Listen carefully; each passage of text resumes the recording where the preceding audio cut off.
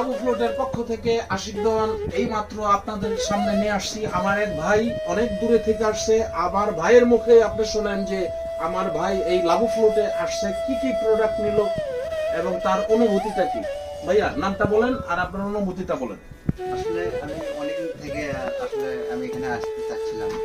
আসলে এখানে অনেক মানে সুনাম একদম মানে আমাদের চাচা আছে লাবু লাবু নিয়ে।